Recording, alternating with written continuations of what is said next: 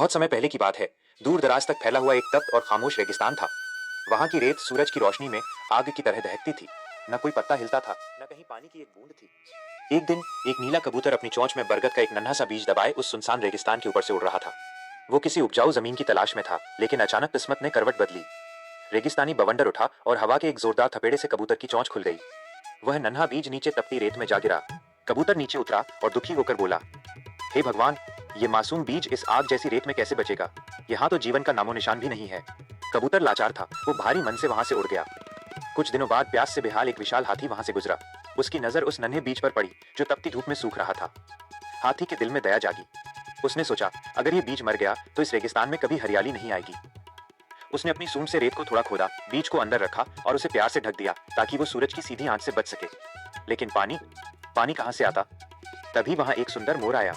उसने देखा कि हाथी और कबूतर एक नन्ही सी जान को बचाने की कोशिश कर रहे हैं। मोर ने आसमान की ओर देखा और अपनी मधुर आवाज में गूंजती हुई पीहू की पुकार लगाई। उसकी पुकार इतनी सच्ची थी कि काले बादल उमड़ घुमड़ कर आ गए। बिजली कड़की और देखते ही देखते मरुस्थल की प्यासी धरती पर झमाझम बारिश होने लगी। उस अमृत रूपी जल ने मिट्टी में दबे बीज में जान फूंक दी।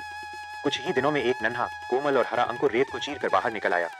एक दिन एक चंचल बंदर वहां से कूदता हुआ निकला। उसने उस छोटे से पौधे को देखा और उसे उखाड़ने के लिए हाथ बढ़ाया। तभी कबूतर, हाथी और मोर एक साथ चिल्लाए, रुको बंदर भाई, ये कोई मामूली पौधा नहीं है, ये हमारी उम्मीद है। हाथी ने गरजते हुए कहा, मैं अपनी सूंड में भरकर रोज इसके लिए पानी लाऊंगा। मोर बोला, मैं नाचकर बादलों को बुलाऊंगा। कबूतर ने कहा, मैं इसकी रक्षा करूंगा। बंदर को अपनी गलती का एहसास हुआ। उसने हाथ जोड़कर कहा, मुझे माफ कर दो, अब से मैं इस नन्हे पौधे की देखभाल में आपकी मदद करूंगा और इसके चारों ओर बाड़ बनाऊंगा। समय का पहिया घूमा, सबकी मेहनत रंग लाई। वो नन्हा अंकुर अब एक विशालकाय बरगद के पेड़ में बदल चुका था। उसकी लंबी लंबी शाखाएं जमीन तक लटक रही थीं और उसकी घनी छाया ने रेत को ठंडा कर दिया था। अब वहां सिर्फ रेत नहीं थी, उस पेड़ की वजह से वहां अन्य पौधे भी उगाए और एक छोटा सा नंदनवन बन गया।